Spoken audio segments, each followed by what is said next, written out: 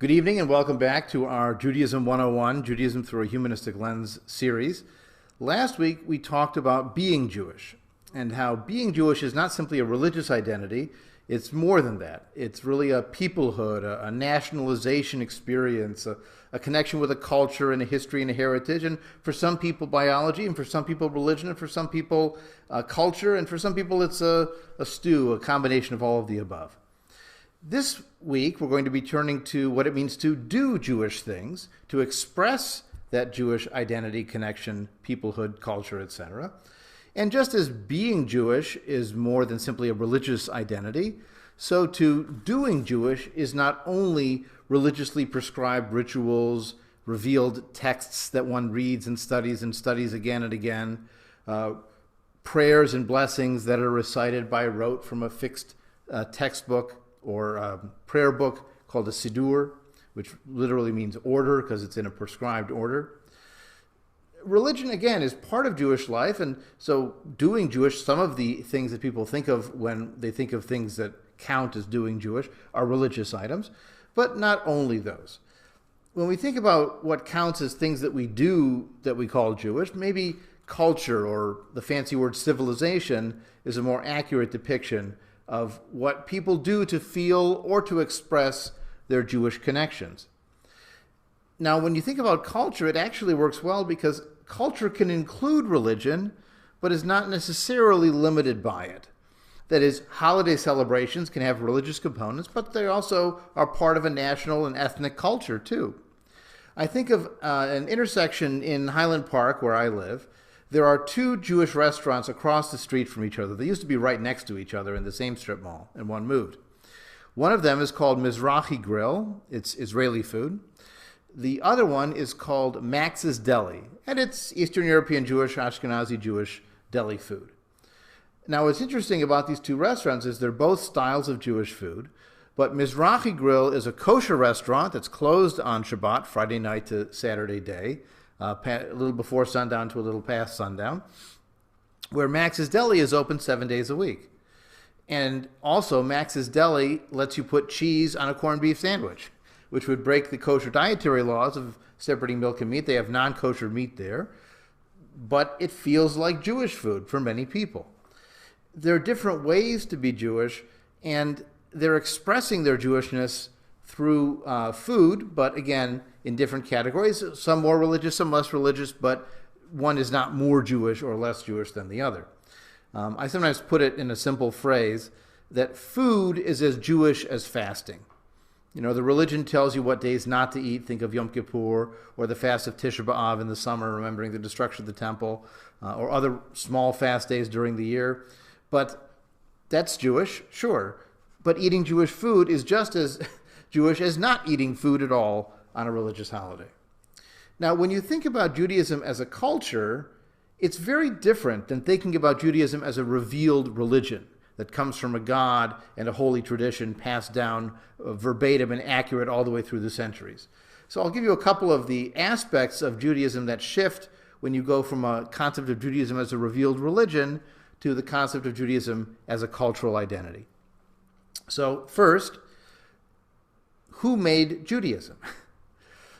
If you think it's a revealed religion, obviously it's the source of that religion. It's the divine creator who authors the revelation that created this, and maybe it's the rabbis who interpreted the will of that creator that define some of the expressions of it. If you think of Judaism as a culture, on the other hand, culture is made by people and remade by people, as we'll see.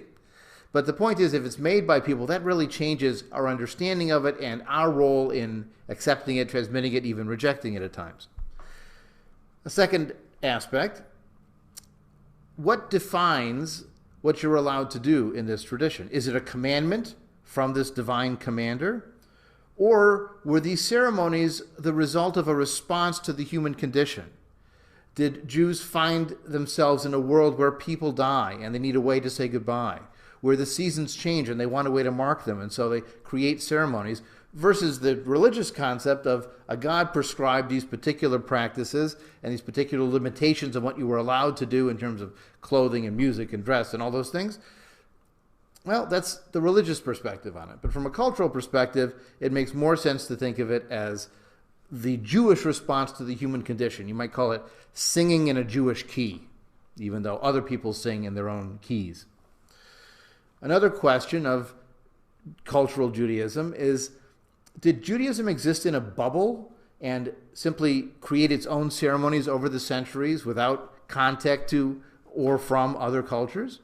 Or, as is the case with human-made cultures, there was interaction between Jewish life and non-Jewish life, between Jewish communities and non-Jewish communities, between Jewish individuals and non-Jewish individuals.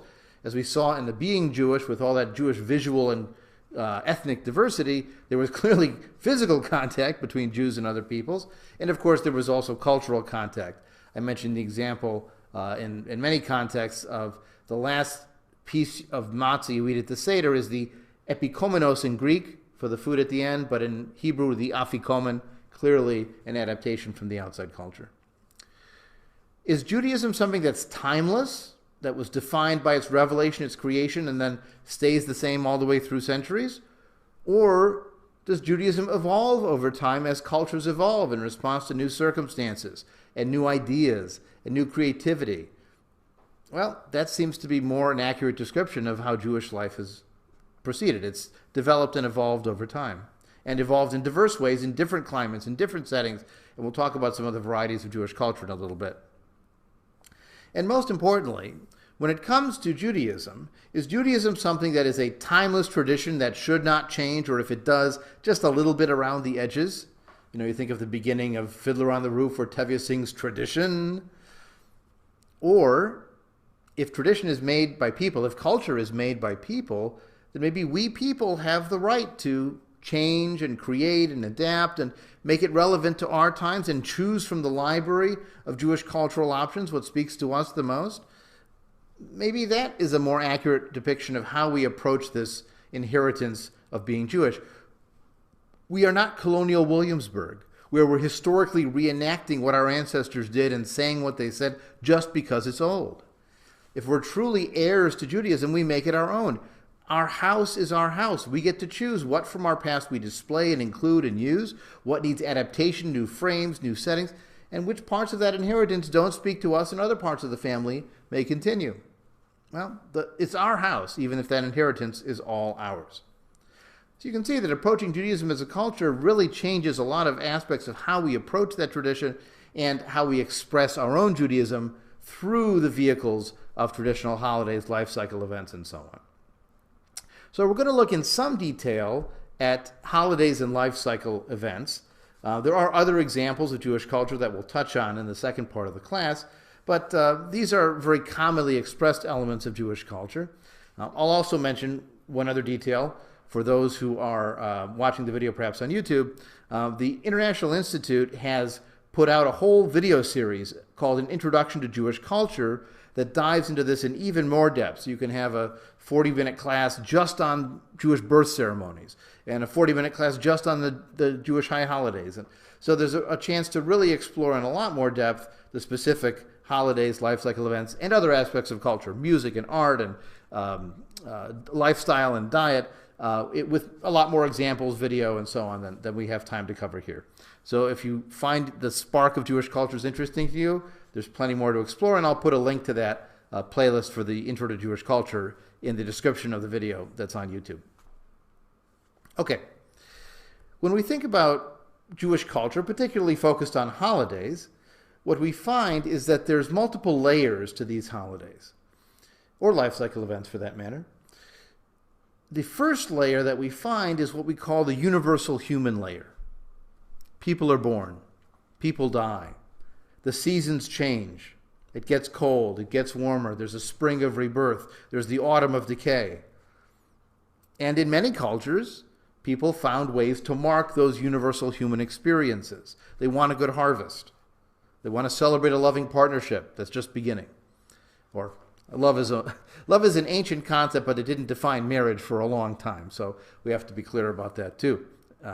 Free marriage for love is actually a very modern invention. But the idea of partnership, that goes back quite a long time, and many cultures have created ceremonies to mark that. So there's the universal human layer that's part of Jewish celebrations. Then there are the early Jewish ideas that defined how the holidays would be expressed. or how life cycle events would proceed. Think of sources like the Torah, the first 5 books of the Hebrew Bible. Sometimes other books in the Hebrew Bible had an impact on certain ceremonies. And then, of course, the rabbinic collection of the Mishnah and the Talmud, which defined Jewish halakha, Jewish religious law, from what today we'd call Orthodox, but it's sort of misapplied before modern times. They didn't call themselves Orthodox back then because they were just Judaism. The reality is that these rabbinic sources sometimes shifted what the Torah and biblical sources would have said, but they mark the early stage of the evolution of these holidays and cultural observances. And then the third layer is modern times. How have things changed in the modern world when, for example, we are allowed to marry freely for love, or same-sex partnerships can be married and celebrated even in a Jewish context? Not something accepted in the traditional Jewish sources, of course. In fact, it was condemned by many of those. And we'll talk more about that sort of ethics idea in our third class, which is about thinking Jewish and feeling Jewish on spirituality and philosophy and the emotions of connecting. So that'll be our third topic next week.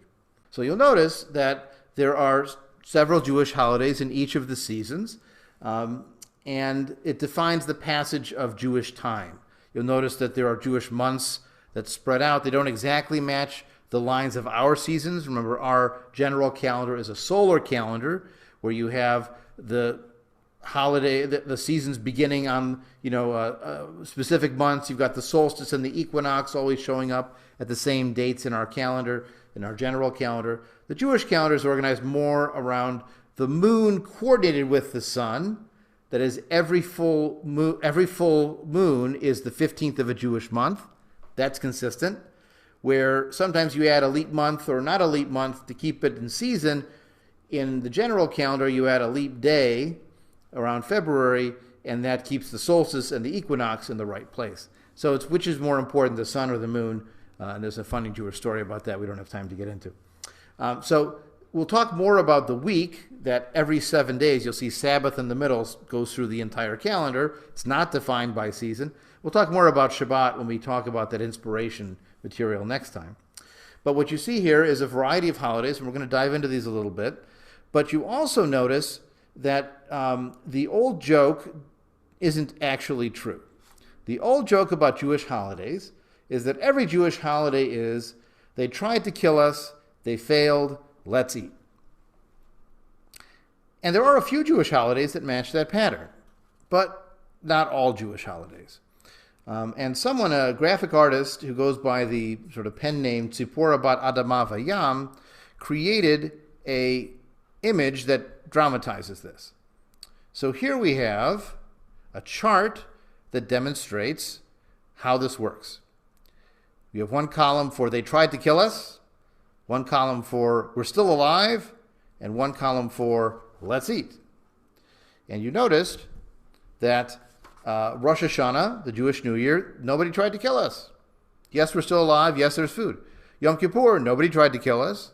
Yes, we're still alive, but there's no eating because it's a fast day. Sukkot, nobody tried to kill us. Hanukkah follows the pattern. They tried to kill us. We're still alive. Let's eat. Purim also, they tried to kill us. We're still alive. Let's eat. Passover, they tried to kill us. We're still alive. Okay, so those are the three examples. Those are the three most observed Jewish holidays.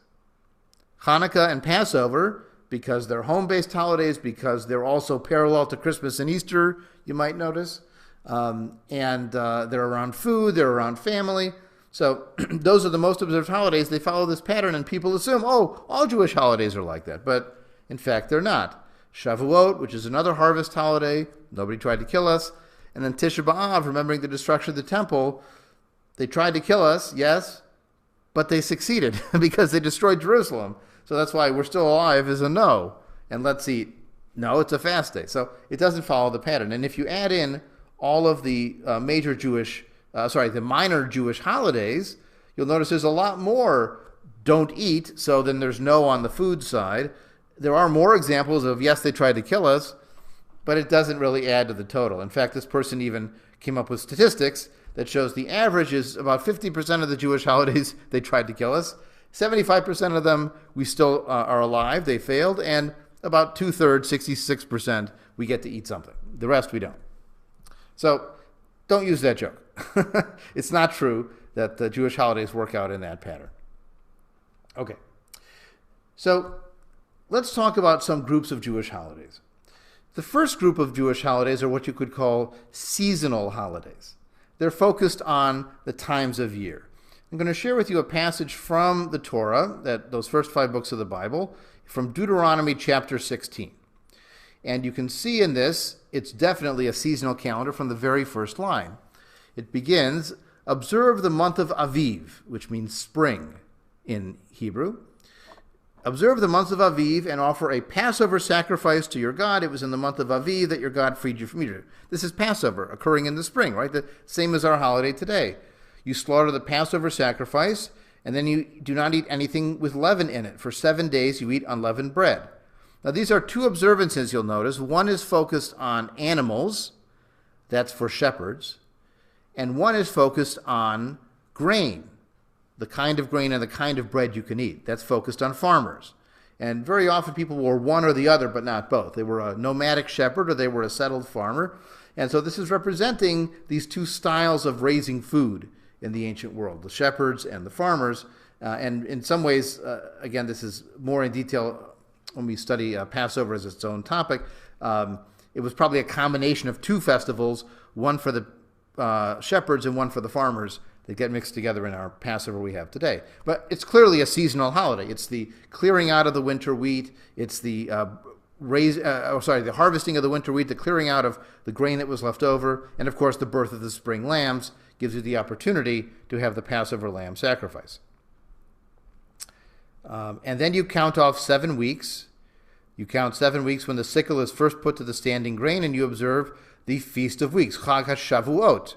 You saw that Shavuot holiday in the list before too. That's like a summer harvest holiday, right? The wheat is at its peak, and you observe the Feast of Shavuot by special harvesting of the first fruits of your wheat field, the first fruits of your trees, and so on. That's your summer harvest holiday. And then in verse 13, after the ingathering from your threshing floor in your vat, you have the Chag HaSukkot, the festival of booths, for 7 days. And everybody observes that festival in part of your major harvest in the fall. And so here you have the summary in verse 16. 3 times a year on the Chag HaMatzot, the Feast of Unleavened Bread, or the Matzah holiday, the Chag HaShavuot, the summer wheat holiday, and the Chag HaSukkot, the fall booths holiday. These are your seasonal observances. It may be the case, by the way, that some other holidays are also seasonal observances that don't necessarily get expressed in that particular calendar. For example, Hanukkah may have a solstice kind of a connection to it because it occurs late in the year when it's sort of the end of the moon cycle when the night is going to be the longest. So you get the darkest, longest night possible when Hanukkah appears. So there may be a kind of solstice event that was connected to Hanukkah in sort of the primordial past.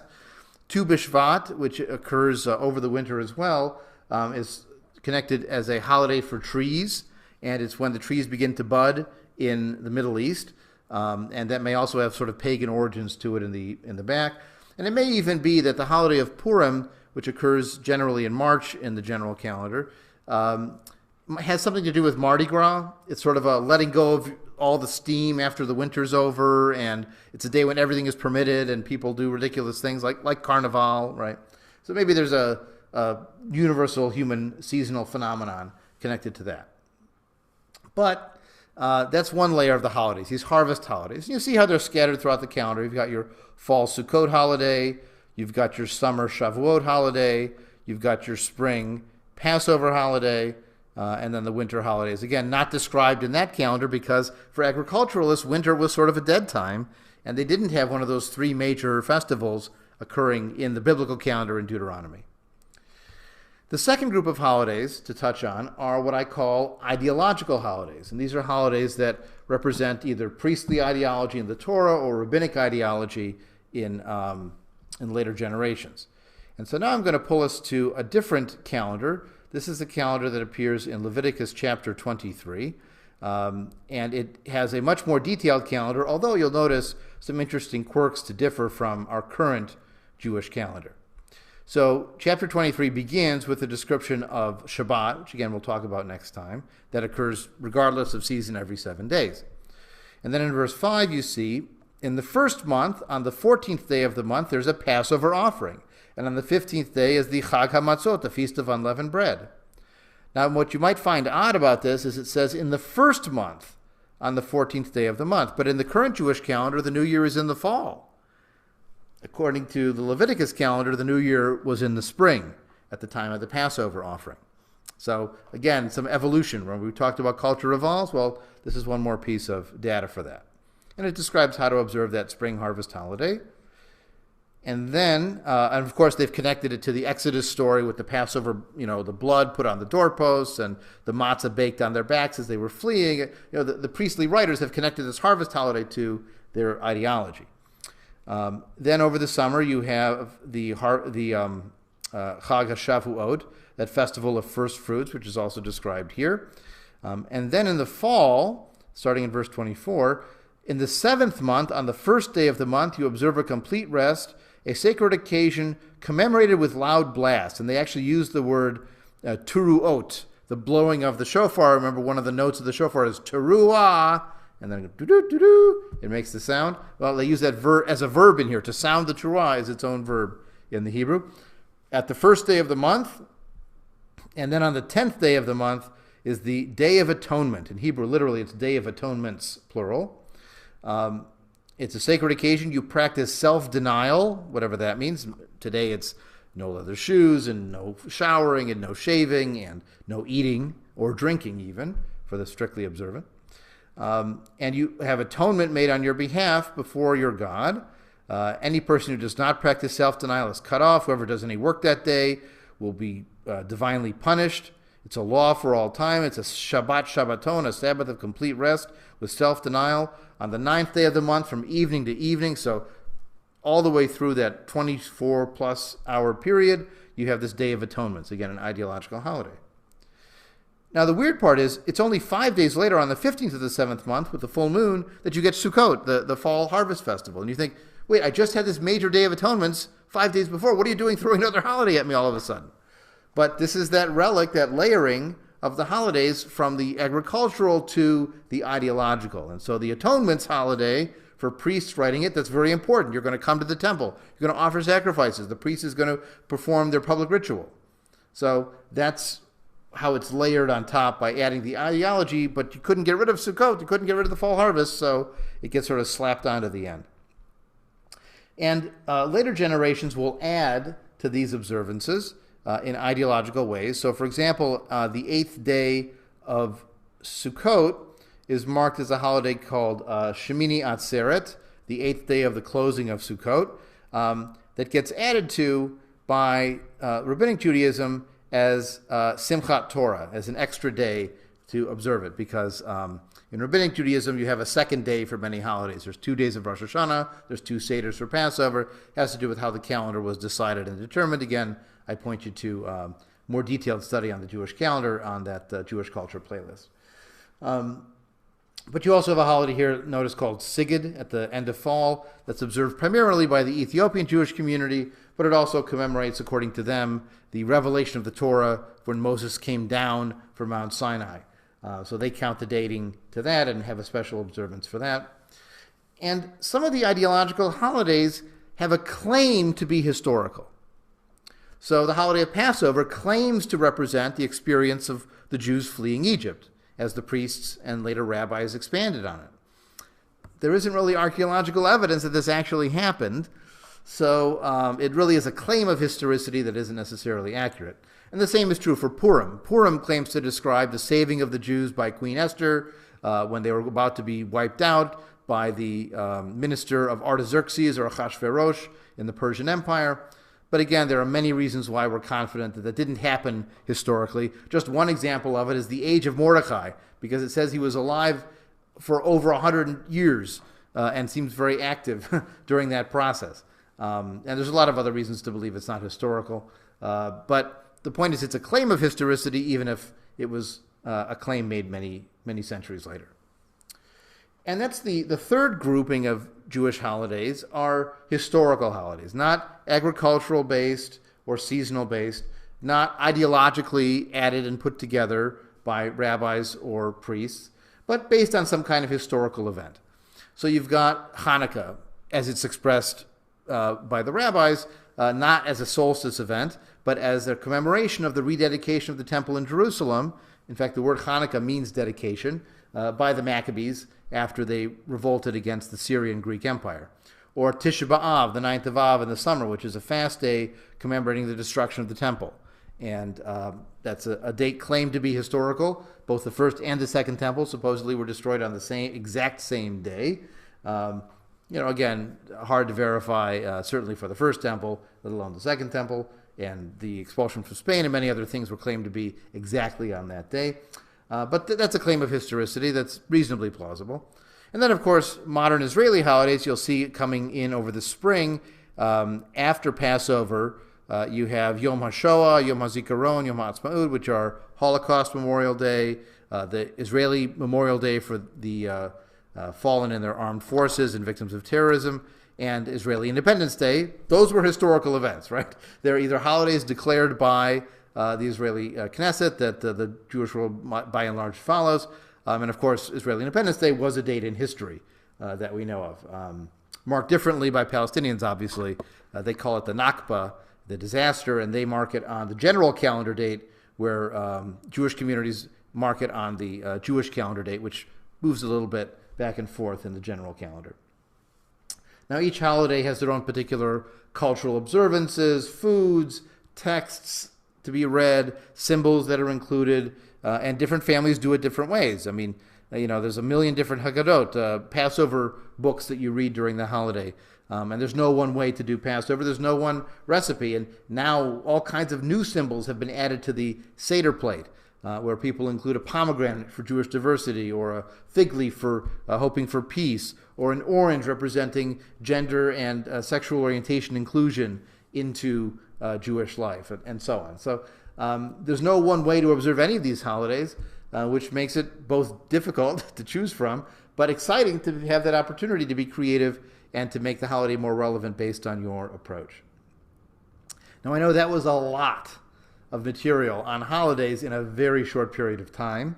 I wanted to stop, though, at this point and ask if you have any particular questions, either about the calendar overview in general or about specific holidays that I touched on briefly but had to blow past. So let me stop and ask any questions on the overview or on the holidays specifically. So the calendar, you mentioned the leap month. Yes. Can you go into a little bit more? Sure. What the process is for scheduling that? Right. So as you know, in the general calendar, you get a leap day every 4 years, unless it's a year divisible by 100, unless it's a year divisible by 400. It's called the Gregorian calendar. The Julian calendar was just the leap day, and it was getting off after centuries, so they had to adjust it, which Pope Gregory did in, I think, the 15 or 1600s, and gradually the Protestant world accepted later.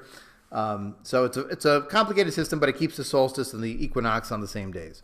The Jewish calendar doesn't care as much about solstice and equinox, but you got to keep the holidays seasonal. If you have just a lunar calendar that's only 12 months of full moons, remember month and month, right, are related, you get about 356 days.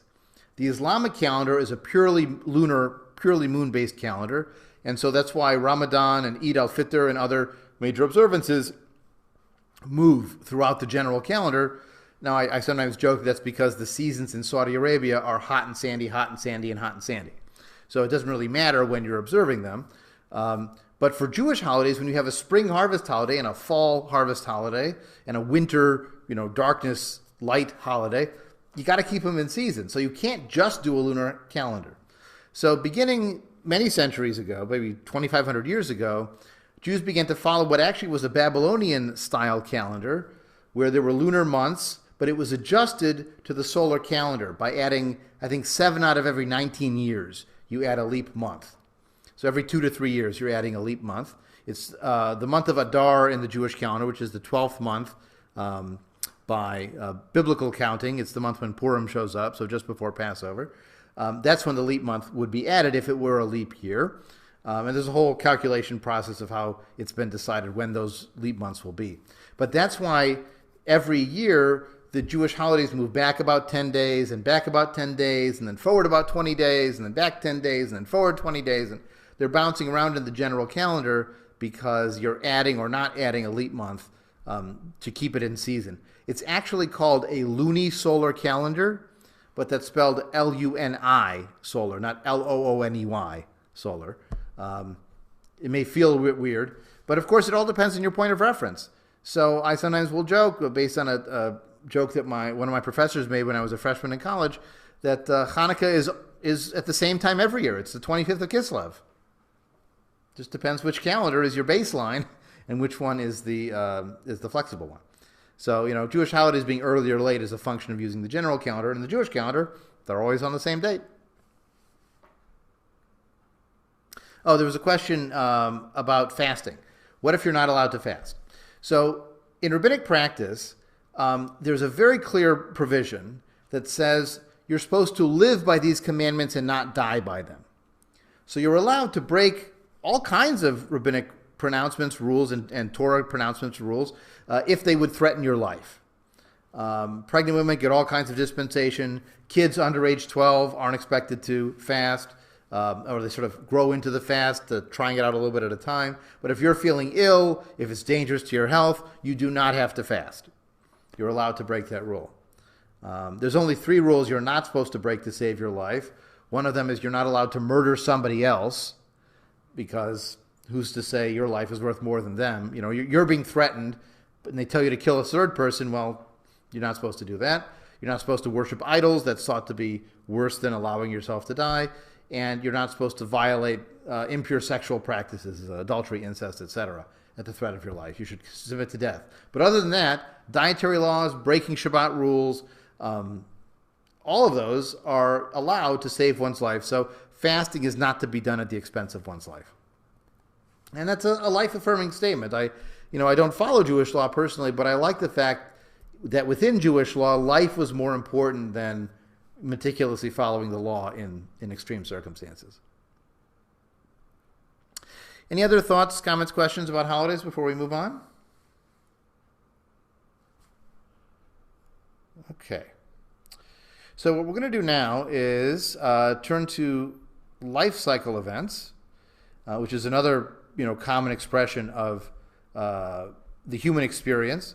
Obviously, people are born in every tradition, and people come of age and have coming of age rituals for every tradition, and there's partnerships that are made, often to produce children, but not always. And of course, everybody dies, and so we have ways to observe and to practice those as well. So clearly there's a human need there, and these are the Jewish ways of addressing that human need. I just want to do, again, a quick review of these, and then talk about some of the other aspects of culture that are important to Jewish life. And this is, again, detailed in that guidebook and the packet for the class. So welcoming children has not always been a gender-neutral experience. In many cultures, of course, but certainly in Jewish culture. And the preeminent celebration of Jewish birth was the male circumcision, removal of initially just some of the foreskin. Later on, it became more of the foreskin. We don't have to dive into depth in that today.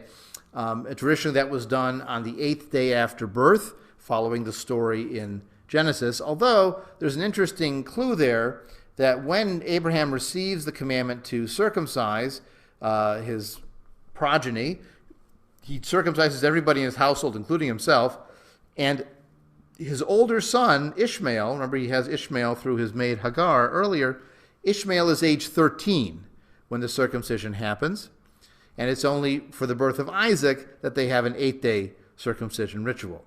And so scholars suspect that it may be that the circumcision was a puberty rite at one time rather than a birth rite. And so that's part of the evolution of these life cycle events as well. Of course, one might ask, what does one do with girls? And traditionally, there wasn't much that was done. There is an interesting hint that in Genesis, shortly after the circumcision event, it describes the weaning of Isaac when he's no longer nursing, and there's a feast that's offered when Isaac is weaned. And we don't do that celebration today. That could be the baby welcoming event. It's equal for boys and girls, but it's the road not taken in Jewish life. What's happened in modern times is that baby naming ceremonies have begun to replace this, at least for girls, of course, because there's no equivalent, but also for some boys as well. Some families choose to, if they do have the child circumcised, which they don't have to in some communities, certainly for humanistic Judaism, it's a parent's choice to do that. If they get the child circumcised, they often do it in the hospital, and then they'll have a baby welcoming event, not necessarily even on the 8th day. Traditionally, there were Kabbalat Bat, or receiving of daughter ceremonies, sometimes more popular in Sephardic Jewish communities, I'm learning. But that was even done in Ashkenazi circles. You'd show up at the synagogue on the 30th day after the birth, and you would announce that you've had a child, and here's the name. So the naming was a part of that ritual. Nowadays, the celebration of the welcoming of the child and the conferral of a Hebrew name or a Yiddish name, a family heritage name, sometimes named after a relative.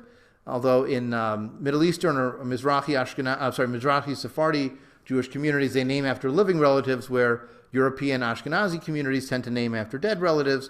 But sometimes they'll also pick a name with the first letter that's the same as the relative they want to name after. It doesn't have to be the exact same name. There's also the choice of the English name and what that's for. So a baby welcoming event is generally a relatively short ceremony, 15 minutes, 20 minutes at the most. But it can be very meaningful for families that want to celebrate a Jewish connection for the child. The coming of age ceremony, you can see, is connected to puberty. That's one of the reasons why it was originally 12 for girls and 13 for boys, although in many liberal Jewish communities it's the same age for both, generally 13. And traditionally it was the date that they were required to fulfill all the commandments. So it describes, for example, we mentioned fasting. You're supposed to fast for Yom Kippur the full time when the girl is 12 and when the boy is 13. The children are responsible for their own behavior and have to face punishments for violating commandments when they come the age of majority. So a bar mitzvah or bat mitzvah, that concept is very old. The legal category of now you're responsible for fulfilling commandments yourself. The ceremony of marking that time is actually much more recent. The bar mitzvah ceremony as a public event really doesn't begin until the 1400s in Europe, because in many communities, boys who were younger than age 13 were able to read from the Torah, were able to put on tefillin, the prayer straps, and boxes that are now seen primarily in Orthodox and some conservative Jewish communities. But those were available for younger boys who were able to do it even earlier. So it wasn't like a big deal the first time they got to do it formally. What changed was in Germany and in Poland, beginning in the 1400s, that right to do it when you were a minor got taken away. And so now the first time you're actually legally, by Jewish law, able to do it becomes a big deal. Of course, women weren't allowed to read from the Torah or put on tefillin anyways. So the bat mitzvah, the coming of age for girls, wasn't really marked as any kind of coming of age event. It was simply you turned that age and now you're expected to fulfill this. And remember, many boys and girls were arranged marriage in their teens to get started on breeding. And so, shortly after bar mitzvah, you'd be married and move on through the Jewish life cycle, which was, of course, shorter in time than our current experience. So what's happened in modern times is, first of all, the idea of the bat mitzvah has taken off, certainly post-feminism in the 60s and 70s, even though the first sort of bat mitzvah as such was done in 1922, as it mentions here in the text. And the idea of having the student read from the Torah on behalf of the congregation has been extended to both boys and girls in many communities. Now, what makes humanistic Judaism a little bit different is that we like the idea of a coming-of-age ritual, and in most communities we're open to the idea of doing a reading from the Torah and then talking about what it means, but we're open to a broader understanding of what a coming-of-age ritual for Jewish life could mean. Maybe instead of reading from the Torah, you want to do a research project on an issue that you're interested in. So I've had students do it on Jewish synagogue architecture or on being Jewish and vegetarian. What are the complexities of that? So it can be a deep dive into Jewish culture and history and observance, but it doesn't only have to be the Torah. Think of it like the arc is wider, right? It can include the Torah, but it can also include history and culture and music and all kinds of other expressions. And that can be the focus for a bar or bat mitzvah ceremony. We tend now to use the phrase be mitzvah, which is sort of a gender-neutral approach for someone who might be non-binary or other categories. So this is a more umbrella term. But if a student comfortably identifies as boy or girl, we're fine using bar or bat mitzvah. But as a general term, we'll use the general be mitzvah. So that's been our take on the coming of age ritual. Since we connect to Jewish cultural identity in diverse ways, why should we only channel the child through a Jewish literature approach? Let them find what's meaningful to them, whether it's choosing the Torah portion they want to read, not just the one assigned for the week, or choosing the topic or the issue that they're interested in. Now, the idea of a partnership, making a partnership between bride and groom, goes back a long time. There are stories about it in the Hebrew Bible, of course, as well. And sometimes it even mentions the concept of love and the idea of marrying for love, even though there are plenty of marriages that are not for love. It also mentions the idea of some kind of bride price arrangement, gifts to the father of the bride, which we might find obnoxious and appalling. There's even some sense of consent that the bride gives to marry this particular person. And all of those got included into the traditional rabbinic ceremony for Jewish partnership. For example, you have a wedding contract called a ketubah, or a Jewish marriage agreement, that clarifies what property the bride gets in case of a divorce, or if the groom disappears or dies. She gets something out of the estate to provide a support to her. There's even a tradition of offering consent where the groom gives the bride a ring, which is worth a certain value, and he puts it on her index finger, but the bride herself moves it to her ring finger as a positive, affirmative sign of accepting this gift, symbolic of the purchase price, and more importantly, showing her consent without speaking. Because the groom says something to the bride, and the bride simply assents, but shows her assent by moving that ring. And over time, other symbols were added, like the sharing of wine for the ketubah, and the sharing of wine, and 7 blessings, and circling around each other. Traditionally, there's a chuppah, a canopy that's set up, which originally symbolized the chance of rain because they were doing weddings outside. And then, of course, the breaking of the glass, or sometimes they each break a glass, is something that's well known. Originally remembering the destruction of the temple, but also the power the couple have to overcome obstacles, and we come up with all kinds of creative reasonings behind it. And weddings are one of the places that have been a source of tension for those who are joining their lives with people from non-Jewish traditions or cultures, where finding rabbis to do weddings for a long time was very hard to do. Fortunately, in the 21st century, there's a number of rabbis happy to celebrate the Jewish half of that couple. Some are even willing to co-officiate with other clergy if that's what the couple wants, or to include symbols from the other culture as well as Jewish symbols in the wedding. Because again, this is a human phenomenon of people coming together to create new families. And then, of course, there's the phenomenon of death. We know that people die, and the people who live want to say goodbye to the person who died in some important ways. Jewish culture is a burial culture. There are some cultures that are cremation cultures. Think of Hinduism.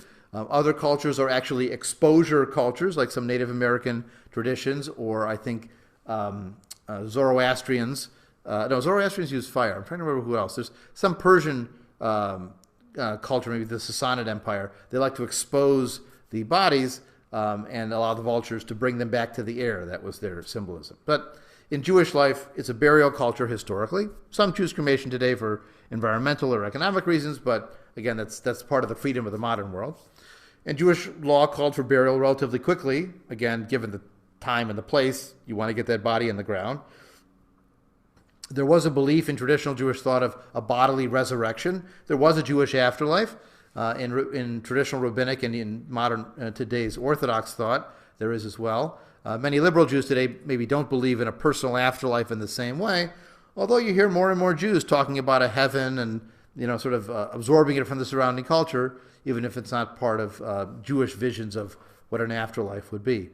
And there are a whole series of mourning rituals, including tearing the clothing or tearing a ribbon that's attached to the clothing to be a little more genteel about it, participating in the burial by putting earth on the grave, having a eulogy, That's an important part of remembering, having times in the calendar where you light a candle to remember the person on the anniversary of their death. In Yiddish, it's called a Yortzeit, or reciting names at the Yortzeit time, or at the what's called a memorial service, or the Yizkor is traditional. Nizkor is what we say. He will remember, meaning God, or Nizkor, we will remember, meaning we remember. That's part of the Yom Kippur observance. And recitation of certain poems, texts, and prayers are part of that tradition as well. And the idea of having a Shiva, or a time where people come visit you, whether it's 7 days long or not. Originally it was 7, but many people do it just for a few days these days. That's also a very, again, human-adapted circumstance to have people around you to sort of surround the hole in your heart from the person who's gone and provide comfort and support and food. Don't underestimate the value of the food showing up as well. So that's, again, a very quick review of the life cycle expression of Jewish culture. And again, it's going to be varying in different parts of the Jewish world. There'll be different rituals included or not. I know in one culture, they actually would drink the wine not from a silver Kiddush cup at a wedding, but from a glass. And then they would break that glass on a particular stone at the corner of the synagogue, and that was part of their wedding ritual. Instead of having a separate glass wrapped in a bag, that would be different from the ceremonial Kiddush cup that you'd use for the wine sharing during the ceremony. Now, these are just a couple of examples of Jewish cultural expression through holidays and through life cycle ceremonies. But consider there's so many other ways that Jewish culture expresses itself. And you can do Jewish in any and all of these ways. There's the approach of literature, not just the founding literature of the Torah, the Hebrew Bible, but also rabbinic literature includes laws, but it also includes legends and lore and mythology. There's the Jewish liturgy, the prayer book, that is in many ways a composition. It's ideological, of course, it's religious, but it's also poetry in its own way. And there was plenty of secular poetry that's been written in Jewish life for 500 years. If you go back to medieval Spain, there are beautiful poets, even going back maybe 800 years, that are writing about wine and about love and even lust and about war and about courage and about mourning and death. The human experience is included in these secular poems. And of course, the explosion of modern Jewish culture includes modern Jewish writers. In Europe, in America, in every language in the world, just about, you can find Jewish literature, either direct or in translation. You think about the American Jewish canon, you go back 50 years, it's Philip Roth and Saul Bellow and Cynthia Ozick.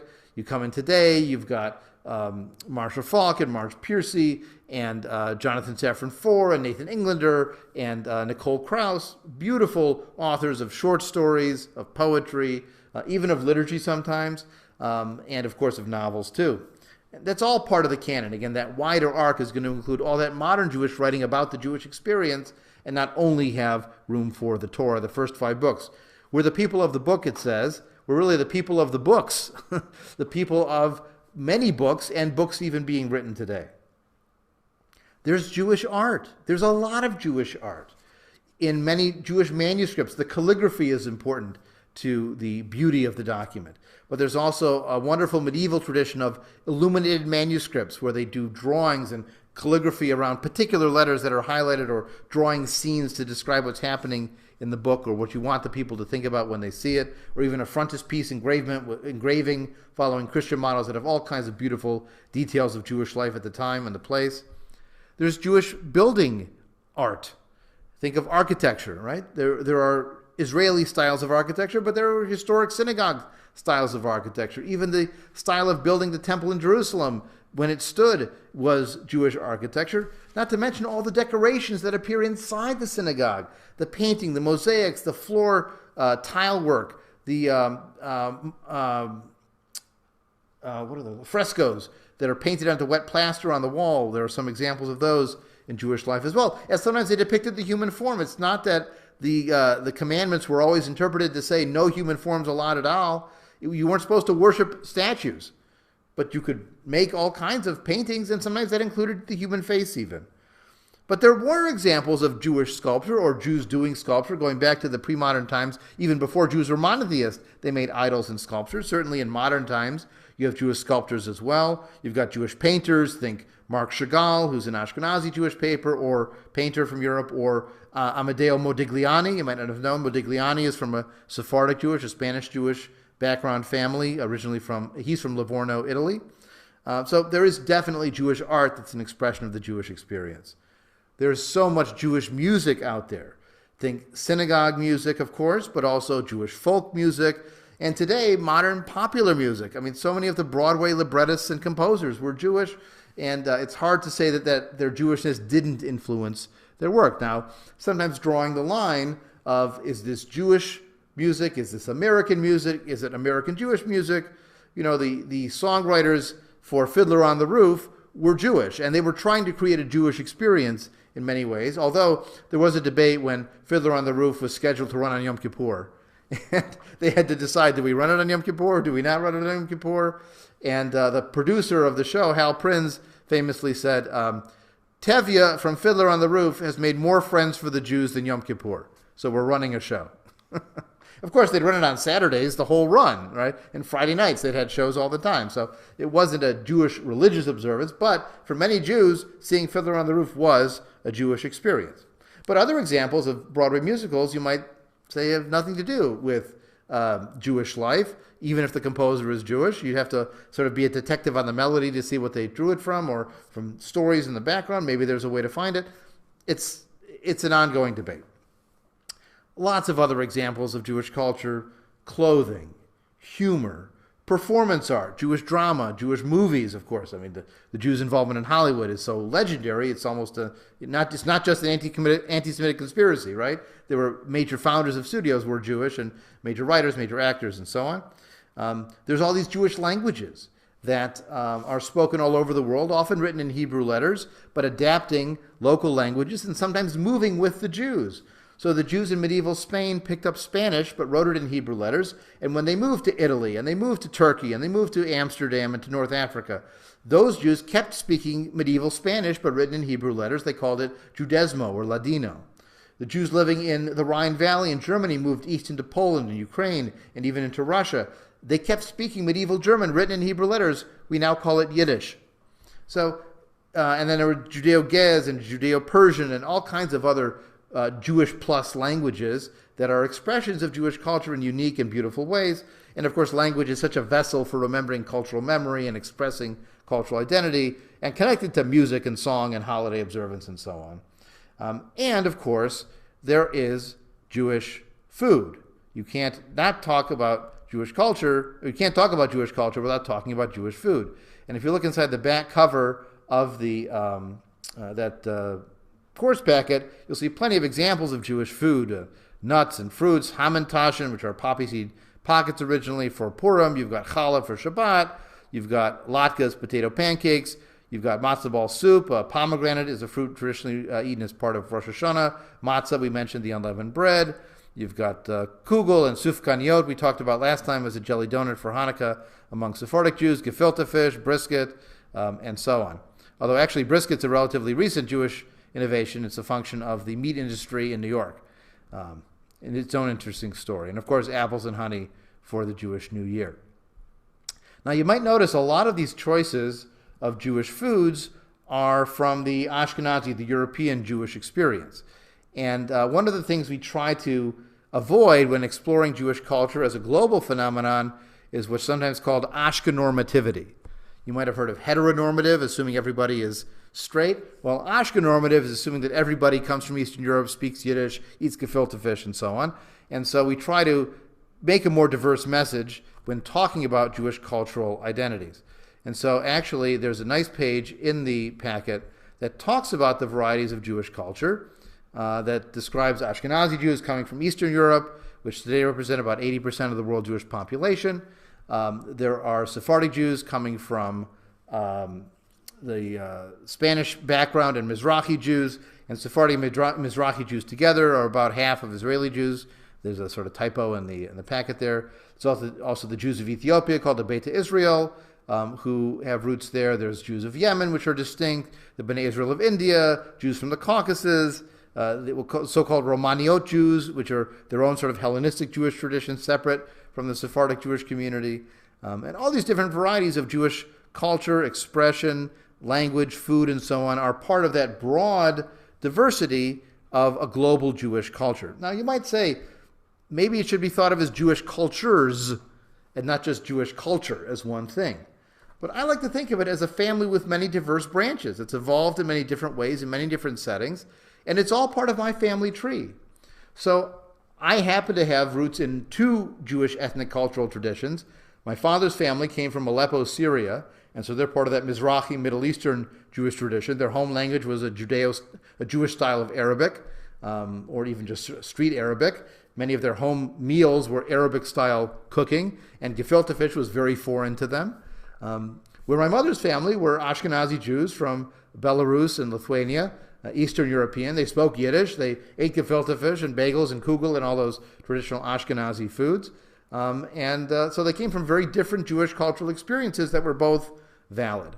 And what I like about being part of this global peoplehood, this cultural identity, is that I can draw on aspects of my culture that may not be where I'm from directly. Just like I can eat Tex-Mex food as American food. I can eat, Asian fusion from California, and that's American food too. I can eat Cajun food from the Low Country, even though I'm not from any of those places, but it's part of my American palate. Well, the same is true for Jewish food and Jewish culture more broadly. And I'll give you one example that I love to do. On Purim, which is this holiday remembering the almost destruction of the Jews in the Persian Empire, Purim is one of those holidays where they tried to kill us, they failed, that seed actually applies. In the Persian Jewish community, it was a big holiday. And one of their traditions was they would take the name of Haman. You're supposed to boo when you hear Haman. They would write Haman in chalk on the bottom of their shoes.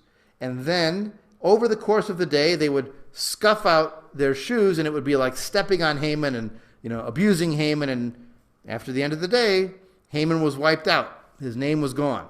And so that was their way of observing the holiday. I have nobody Persian in my family whatsoever. But it's part of my cultural library that I get to draw on. And if I'm choosing how I want to do Jewish, that's one of my options, is to follow that Persian tradition of writing Haman on my shoe. That's part of the virtue of the Jewish cultural experience, to draw on diversity and to make it meaningful for you.